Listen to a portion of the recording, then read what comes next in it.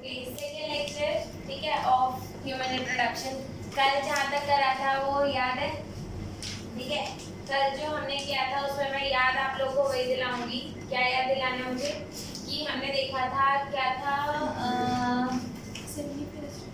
सबसे पहले testicular lobules थे जिसके अंदर कितने कंपार्टमेंट थे? 2 कंपार्टमेंट्स थे। And in each compartment how many seminiferous tubules? 1 2 3 highly coiled seminiferous tubule. Ajay याद है? पक्का? ग्रेट। ठीक है, इसके बाद हमारा था कि in seminiferous tubule we had 2 type of cell, one is Leydig cell, other is male germ. Okay fine, ठीक है, male germ cell, male gamete cell, ठीक है। And second thing is Sertoli cell, ये याद है। और सेमिनिफरस ट्यूब्यूल के बाहर क्या था? लेडिंग सेल्स थे, ठीक है। इंटरस्टिशियल सेल्स भी बोलते हैं उन्हें। एंड जिस रीजन में वो प्रेजेंट है that is your interstitial space, ठीक है। यहाँ तक क्लियर है? यहाँ तक समझ में आया था? इतना क्लियर था। और फीमेल रिप्रोडक्टिव सिस्टम में हम लोगों ने क्या क्या देखा था? That a pair of ovaries are present, ठीक है। फैलोपियन ट्यूब था, फैलोपियन ट्यूब के 3 पार्ट्स थे, isthmus, ampulla and third one is infundibulum, ठीक है। सो 3 पार्ट्स थे, then uterus and 3 wall layers, one is endometrium, myometrium and perimetrium, ठीक है। पेरी वाला बाहर, एंडो वाला अंदर। यहाँ तक क्लियर है? यहाँ तक क्लियर है, ठीक है। आज आप लोगों को जो करना है वो है गैमीटोजेनेसिस। और आप लोगों को जैसा कि नाम ही बता रहा है, जेनेसिस क्या होता है? अरे दीपांशी ने बता दिया, वाओ। ठीक है, जेनेसिस इज सिंथेसिस, ठीक है, या उसकी फॉर्मेशन। तो यहाँ पर क्या है? Gametogenesis that means gamete formation, ठीक है। अब गैमीट्स कौन-कौन से बनने हैं? Definitely we have to synthesize male gamete and female gamete, okay. तो सबसे पहले हम लोग बात करेंगे स्पर्मेटोजेनेसिस की, which is male gamete formation, ठीक है, स्पर्मेटोजेनेसिस।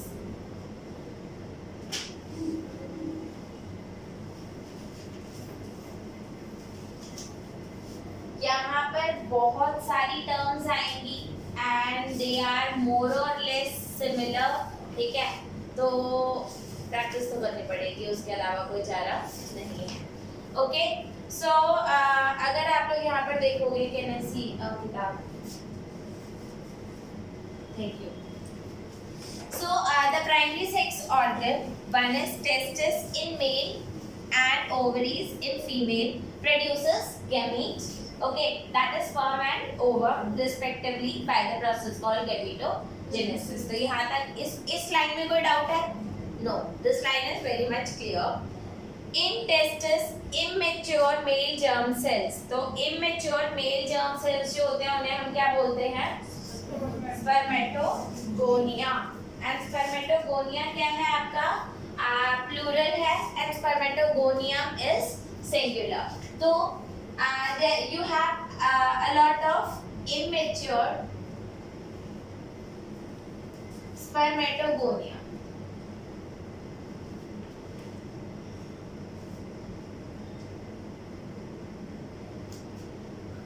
अब यहाँ पर ये स्पर्मेटोगोनियम है जिसके अंदर मियोसिस होनी है, जिसके अंदर मियोसिस होनी है, ओके।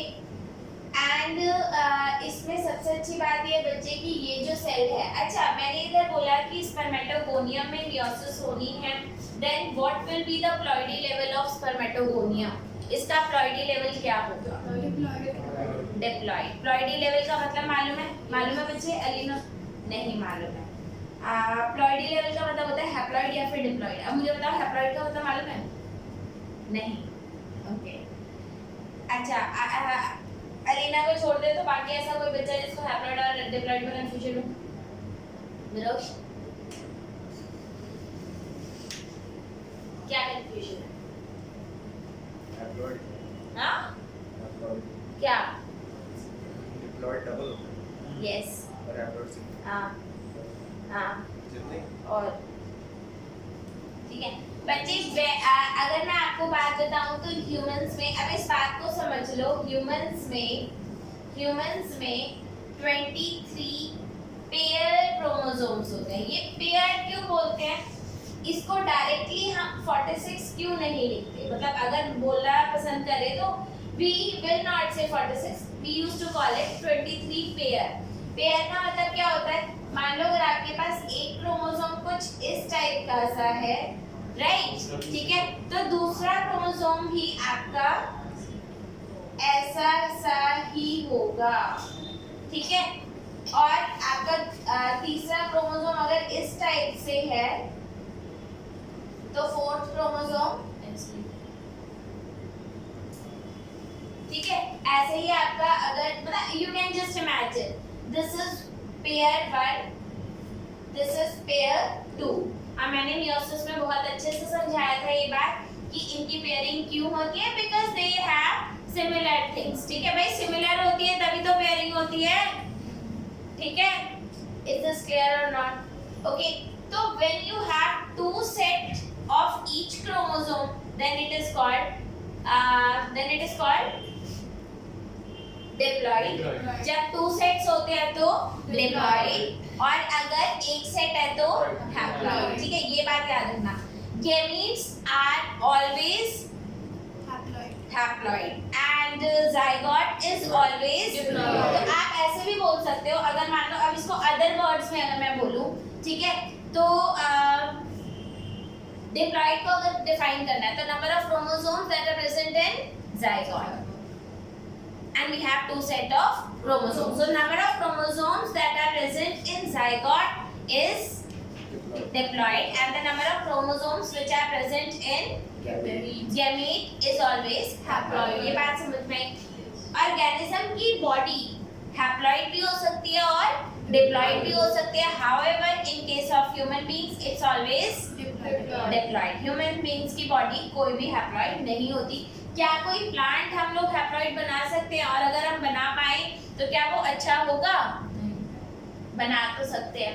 प्लांट्स के केस में it is possible, and the good thing was कि वो हमारे डिपार्टमेंट में ही बनाया गया था, ठीक है, जिसकी वजह से हमारे डिपार्टमेंट को थोड़ा सा फेम मिला था, डिपार्टमेंट ऑफ बॉटनी, ठीक है। जिसने बनाया था उनकी डेथ हो चुकी है, उसके बाद किसी ने कोई काम किया नहीं, ठीक है, ये समझ में आया? So, but human beings haploid बना पाना पता नहीं बना सकते हैं।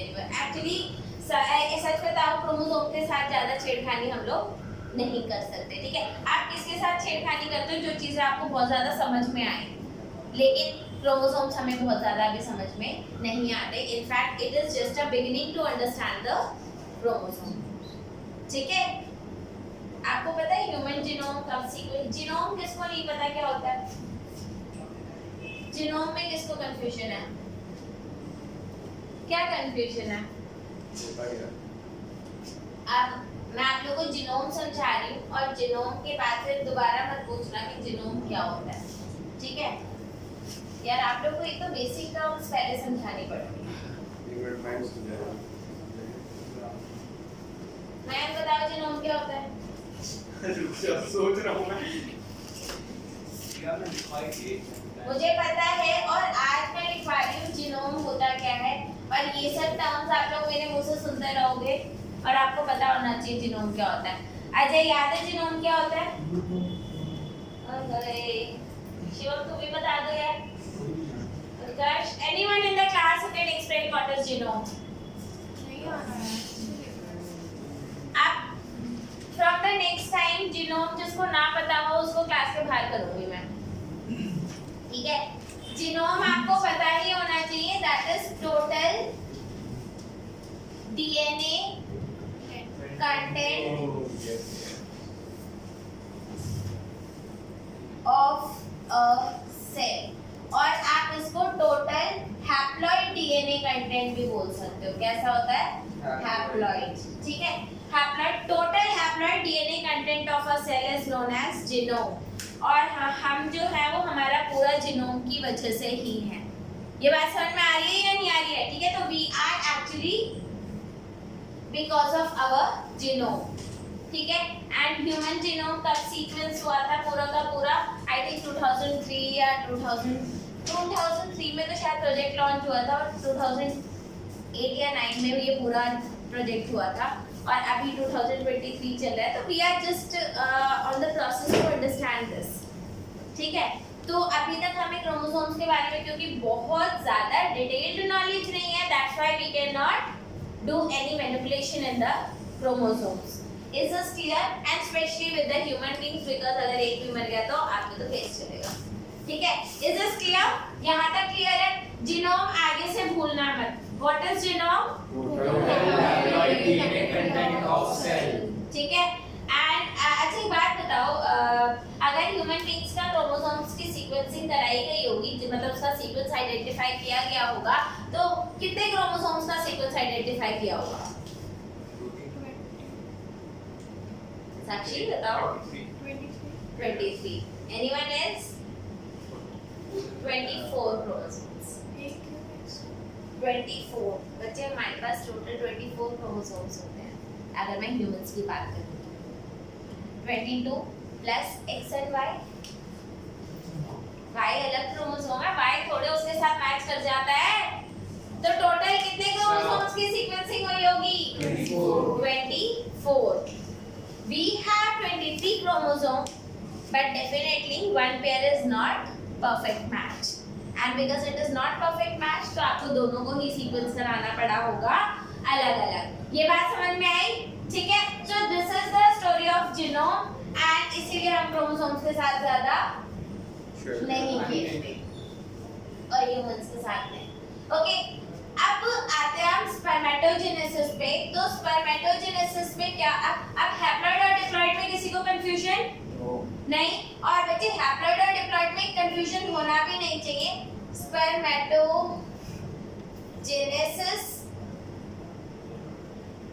ठीक है।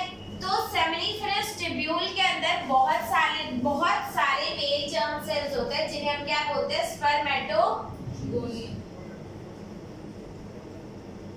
गोनिया या फिर स्पर्मेटोगोनिया, ठीक है। ये बात समझ में आई? इनका प्लॉइडी लेवल क्या होगा? इनका प्लॉइडी लेवल डिप्लॉइड होगा, क्योंकि ये मियोसिस में जाते हैं, इनके अंदर मियोसिस होती है, तो इनका प्लॉइडी लेवल क्या है? डिप्लॉइड। आपको पता होना चाहिए कि इसका प्लॉइडी लेवल क्या है, ठीक है। अब यहाँ पर एक कैरेक्टरिस्टिक फीचर क्या है? That they can increase their number by mitosis. They can, so they, या फिर these cells can increase their number by mitosis। मैंने यहाँ पे क्या लिखा है? माइटोसिस। माइटोसिस कैसी सेल डिवीजन है? in which number of chromosomes remains same। Mitosis में क्रोमोसोम नंबर हाफ नहीं होता, हाफ किस में होता है? मियोसिस में।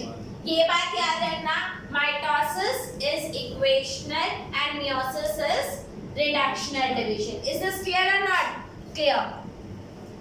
दे कैन इंक्रीज, और मैंने वैसे भी बोला है कि ये अपना नंबर इंक्रीज करते हैं, मैंने ये तो कहा ही नहीं आपको कि अपना क्रोमोसोम नंबर हाफ कर लेते हैं। Try to correlate these things. So they increase in number by mitosis. तो अब आपके पास जितने भी स्पर्मेटोगोनिया थे उनका नंबर इंक्रीज हो गया, राइट? ठीक है। उसके बाद क्या होता है? Some of the spermatogonia, some of the spermatogonia जिनको हम प्राइमरी स्पर्मेटोसाइट्स बोलते हैं। क्या बोलते हैं? Primary spermatocytes.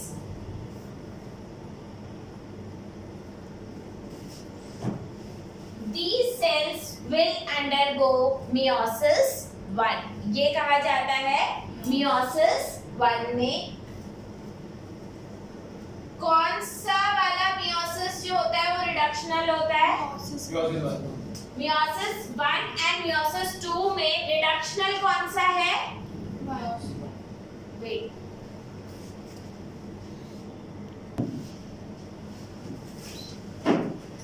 Meiosis 1 and meiosis 2 में कौन से वाला रिडक्शनल है? मियोसिस 1। ये बात हमेशा याद रखना that your meiosis 1 is reductional, ठीक है। तो आपका प्राइमरी स्पर्मेटोसाइट किसमें गया? मियोसिस 1 में। After meiosis 1 it will form secondary spermatocytes. उसके बाद मियोसिस 1 के बाद क्या बना लेता है ये? सेकेंडरी स्पर्मेटोसाइट, ठीक है। ये समझ में आया? Shivam, what will be the ploidy level of secondary spermatocyte? Haploid. क्यों हैप्लॉइड होगा बच्चे? बिकॉज मियोसिस 1 हो चुका है और मियोसिस 1 ऑलरेडी क्या था? रिडक्शनल डिवीजन था। मियोसिस 1 ऑलरेडी एक रिडक्शनल डिवीजन था, ठीक है। अब स्पर्मेटोसाइट जो है सेकेंडरी, अच्छा, from one primary spermatocyte how many secondary spermatocytes will be formed? 2, क्योंकि आपकी जो डिवीजन होती है वो इक्वल होती है। सेकेंडरी स्पर्मेटोसाइट के बाद क्या होगा बच्चे? इसके अंदर क्या होगी? मियोसिस 2। मियोसिस 2 हो गया। मियोसिस 2 के बाद क्या होगा? It will form spermatids. ये क्या बना लेता है? Spermatids, right. स्पर्मेटिड्स का प्लॉइडी लेवल हैप्लॉइड। इसका प्लॉइडी लेवल भी क्या होगा? हैप्लॉइड होगा। स्पर्मेटिड्स बन गया। स्पर्मेटिड्स के बाद क्या होता है बच्चे? हाँ, स्पर्मेटिड्स एक प्राइमरी स्पर्मेटोसाइट से कितने बनेंगे आपके? स्पर्मेटिड्स बन गए, ओके। अब आपका जो स्पर्मेटिड्स है it will transform into spermatozoa by the process called spermiogenesis, right, ठीक है। तो आपके स्पर्मेटिड्स किसमें ट्रांसफॉर्म होते हैं? स्पर्मेटोजोआ। स्पर्मेटोजोआ कौन सी प्रोसेस से? स्पर्मियोजेनेसिस।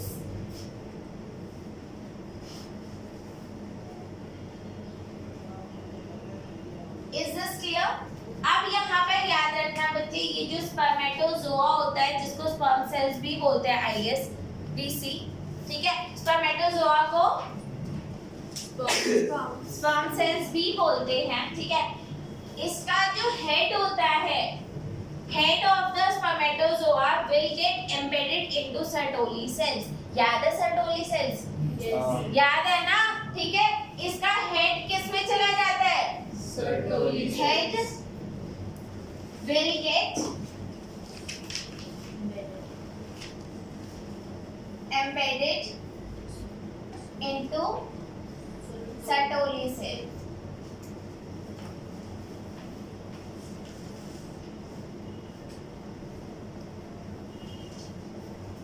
ठीक है। After that, sperms will be released by the process called spermiation. उसके बाद क्या होता है? Sperms are released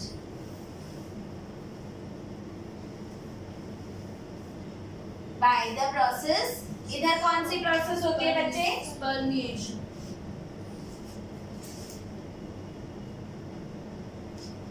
अब जो बच्चा इसको पहली बार पढ़ रहा है, ठीक है, डेफिनेटली उसके लिए बहुत सारी टर्म्स आ गई हैं, राइट। लेकिन अभी आप लोगों को क्या करना है? You have to make yourself comfortable with these terms. अभी याद मत करो, but at least try to understand each and everything. बहुत ज्यादा टफ लग रहा है? हाँ, थोड़ा सा लग रहा है? ट्रिक बताओ, ट्रिक लिख दो।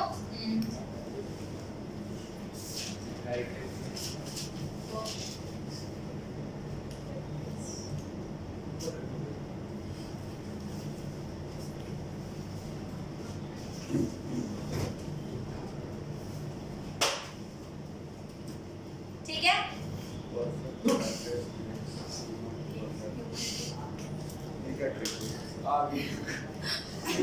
याद हो गया सारा? हाँ, नहीं हुआ? कोई नहीं, हो जाएगा। आपको याद कराने के की जिम्मेदारी मेरी। हाँ ये भी याद ही करना पड़ेगा। कोई नहीं, ये मुझे मेरे एक बच्चे ने ही सिखाया था। हाँ हमने इसको चेंज कर दिया ना, हमने इसको चेंज कर दिया। ठीक है, यहाँ तक क्लियर है? और टेंशन मत लो, आप लोगों को याद करना आने की जिम्मेदारी मेरी। अब आता है बच्चे आपका हार्मोनल रेगुलेशन। ठीक है, hormonal regulation of spermatogenesis. And the good thing about my this class is कि हमने अभी लास्ट में ही 11th क्लास में हार्मोन वाला चैप्टर किया था, राइट? याद है? और जहाँ तक मुझे याद है कि मैंने बहुत अच्छे से पढ़ाया था। तुमने नहीं पढ़ा था अच्छे से? ये करा था क्या मेरे को? Is this clear? भाई मुझे तो याद है मैंने कराया था। मुझे भी याद है। देखा, इसको भी याद है कि मैंने कराया था, इसको ये नहीं याद कि मैंने किया था। ठीक है, ओके। स्पर्मेटोजेनेसिस जो है बच्चे, इट स्टार्ट एट प्यूबर्टी। ठीक है, तो ये प्यूबर्टी पे ही स्टार्ट होता है। You know that every function in our body is highly regulated by hormones, highly regulated by hormones. ठीक है, and though some of the hormones are also produced by our hypothalamus, pituitary gland and all. ठीक है, तो brain का जो part होता है उससे प्रोड्यूस होता है। ठीक है, एंड एक और बात याद रखना, those are not in our control. हमारे कंट्रोल में होता है क्या? नहीं, we can't control. आपको पता है ना, ये वही है, हमारे को लगता है कि सब कुछ हम लोग कंट्रोल कर सकते हैं, बट हम क्या है एक्चुअली? हार्मोन्स के कब्जे। हमारे हाथ में वो रिमोट दे रखा है जिसका चाइल्ड लॉक ऑन कर रखा है कि ले ले बेटा, जो बटन दबा ले होगा तेरे से कुछ भी नहीं। यही होता है ना हमारे साथ, हम लोग चाहे कुछ भी करना चाहे, हमारे कंट्रोल में बहुत सारी एक्टिविटीज नहीं होती हैं। Okay, so spermatogenesis start at the age of puberty due to significant release of gonadotropin releasing hormone. It is a hypothalamic hormone. याद है GnRH पढ़ा था? हाइपोथैलेमस क्या सिक्रीट करता है? GnRH। ठीक है, गोनाडोट्रोपिन रिलीजिंग हार्मोन। अब ये 11th क्लास में समझा पाना थोड़ा सा कठिन था मेरे लिए, बिकॉज अगर मैं आपको 11th में ये समझाती तो डेफिनेटली आप भाग जाते, है ना? आप तो 12वीं में भी नहीं पढ़ना चाहते, बात तो अलग है। ठीक है, लेकिन भाग नहीं सकते, इसलिए और पास होना चाहिए, कंपल्शन है। Over confidence is not good for the health. ठीक है, ये बात समझ में आई? Okay, now this is hypothalamic hormone. The increased level of GH act on anterior pituitary. याद है ना, pituitary gland, anterior and posterior. उसमें भी पता नहीं क्या क्या चीजें थी, न्यूरो हाइपोफाइसिस और एडिनो हाइपोफाइसिस। ठीक है, thank you. Nervosa, very good. Pars intermedia secretes melanocytes, melanin. Pars, MSH. ठीक है, याद है ना? ओके, तो एंटीरियर पिट्यूटरी बच्चे दो हार्मोन्स बनाता है। वन इज ल्यूटिनाइजिंग हार्मोन, यानी कि आपका LH, और एक क्या बनाता है? Follicle stimulating hormone. GnRH कैसा हार्मोन है? Hypothalamic hormone. GnRH कैसा हार्मोन है? Hypothalamic hormone. It acts on anterior pituitary. ये किस पे एक्ट करता है? एंटीरियर पिट्यूटरी ग्लैंड पर एक्ट करता है to release two hormone. One is luteinizing hormone and other is follicle stimulating hormone. Luteinizing hormone acts on Leydig cells. ये किस पे एक्ट करता है? Leydig cells पे एक्ट करता है. FSH किस पे एक्ट करता है? Sertoli cells. आप लोगों ने ये याद करा, अब आप लोगों ने ये समझा कि after the spermatozoa has been formed, it will be embedded into Sertoli cells. यानी कि सर्टोली सेल्स का भी तो एक्टिव रहना जरूरी है या नहीं है? वो भी तो एक्टिव होने चाहिए, तो वो कौन करता है? FSH। तो अगर FSH जो है वो आपका वर्क नहीं करेगा तो डेफिनेटली सर्टोली सेल्स काम नहीं करेंगे एंड स्पर्मेटोजेनेसिस पूरा नहीं होगा। ये बात समझ में आई या नहीं आई? हाँ, आ गई।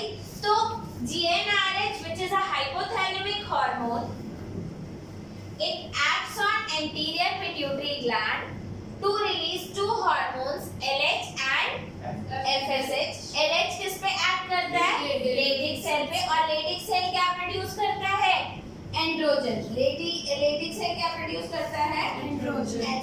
Leydig cells and stimulate the synthesis of androgen. तो ये क्या स्टिमुलेट कर रहा है? एंड्रोजन। और FSH क्या करता है? सर्टोली सेल्स को एक्टिवेट करता है and helps in the process of spermiation. और स्पर्मिएशन क्या है? Release of sperms. बच्चे, I hope I have made this clear. यहाँ तक कोई डाउट? No doubt. तो एक क्विक रिवीजन। सबसे पहले क्या है? स्पर्मेटोगोनिया। फिर क्या है? Primary spermatocytes. फिर क्या है? Secondary spermatocytes. फिर क्या है? स्पर्मेटिड्स। स्पर्मेटिड्स के बाद क्या है? स्पर्मेटोजोआ। फिर through spermiation it will be released. Is this clear? पक्का? अब इसे हटा दें। इसे थोड़ी देर के लिए साइड करो। हालांकि इतना भी साइड मत करना कि इंफॉर्मेशन भूल जाओ। हाँ, ठीक है। तो थोड़ा सा साइड करते हैं और अब आएंगे हम oogenesis पे। सो oogenesis से पहले जो हमें करना है that is structure of sperm cells. ठीक है, तो this is the structure of sperm cell. Sperm cell में जो न्यूक्लियस होगा उसमें कितने क्रोमोसोम्स होंगे? 23। ठीक है, नींद आ रही है? खड़े हो जाओ अगर नींद आ रही है तो। हाँ, क्रोमोसोम्स तो नालायक 24 हो गया। अच्छा, समझाना कैसे? What is this? प्लीज। इसमें दोनों X और Y होते हैं। हाँ, है। और स्पर्म में XX नहीं हो सकता है? नसीब नसीब की बात है। अब ये नालायक या तो X होगा या Y होगा। इसके अंदर दोनों कैसे होंगे? ठीक है, बाकी इंटेलिजेंट तो हम है ही। चलो अब इधर देखो प्लीज, यहाँ पर इस बात को ध्यान दो। First of all this is the nucleus जिसके अंदर क्या है? Containing chromosomal material and how many chromosome? Obviously 20। ठीक है। अब स्पर्म्स डेफिनेटली दो टाइप के हो सकते हैं। One is either 22 plus X slash 22 plus Y। दो टाइप के हो सकते हैं, राइट? ठीक है। अब यहाँ पर ये इसको डिवाइड करते हैं into 3 major portion. One is head, then middle piece, ठीक है, and then tail. Okay, head में क्या है बच्चे? एक तो न्यूक्लियस है और ये एक्रोसोम। ये जो एक्रोसोम है बच्चे, it is highly important. Why is it important? Because it has many enzymes which are required to break the cell wall, plasma membrane of the egg cell। ठीक है, तो इसमें बहुत सारे क्या होते हैं? It has many enzymes और इन enzymes का basically function क्या होगा? सेल वॉल नहीं, प्लाज्मा मेम्ब्रेन। सेल वॉल नहीं हो सकता है इसके अंदर। मेरे मुंह से सेल वॉल इसलिए निकलता है क्योंकि मैं तो फंगस पे काम कर रही हूँ, उसका तो काम ही सेल वॉल ब्रेक करना है। ठीक है, आई बात समझ में? तो मैं सेल वॉल बोल रही हूँ वो भी गलत है, आप सेल वॉल बोल रहे हो वो भी गलत है। ठीक है, तो डेफिनेटली अगर इधर एग होगा तो उसका प्लाज्मा मेम्ब्रेन को ब्रेक करना पड़ेगा, तभी तो वो एंटर करेगा, तभी तो क्रोमोसोम्स जाएंगे। ठीक है, तो उसके लिए क्या होता है? Acrosome which is filled with बहुत सारे एंजाइम्स। ठीक है, कितने एंजाइम्स होते हैं? बहुत सारे enzymes and definitely they have ability to break the plasma membrane. Okay, फिर आ गया nucleus, middle piece has a lot of mitochondria and these mitochondria are responsible for the motility of sperm cell. Motility is movement. Yes, so they are responsible for motility of the sperm cell and then it has tail. यहाँ तक clear है? आप एक बार देख लो कुछ छूट गया?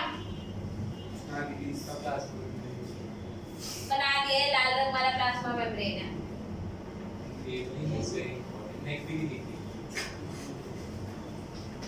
Let us examine, ठीक है, the structure of sperms in a microscopic structure, ठीक है.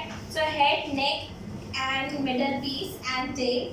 So a plasma membrane envelops the whole body of sperm, and sperm head contains elongated haploid nucleus, anterior part of which is acrosome. Anterior part में क्या है? Acrosome है, okay. And it is covered by a cap-like structure, acrosome. Acrosome is filled with enzymes that help in fertilization of the ova. ठीक है. Middle piece possesses numerous mitochondria which produces energy for the movement of tail. Mitochondria is required for the production of energy so that it can move. Okay. A human male can ejaculate 200 to 300 million sperms during coitus, for normal fertility, okay, at least 60% of the sperm should have normal shape, size, and they should be motile. Is this clear? ठीक है. Sperms released from seminiferous tubules are transported by accessory ducts. ठीक है, तो accessory ducts जो होते हैं उसको transport करते हैं.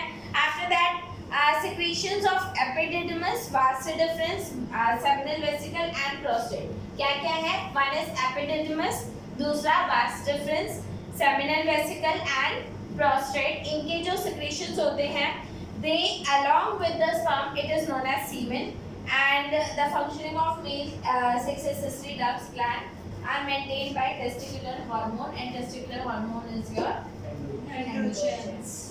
यहाँ तक ठीक है? अब यहाँ तक में कोई डाउट नहीं है? पक्का?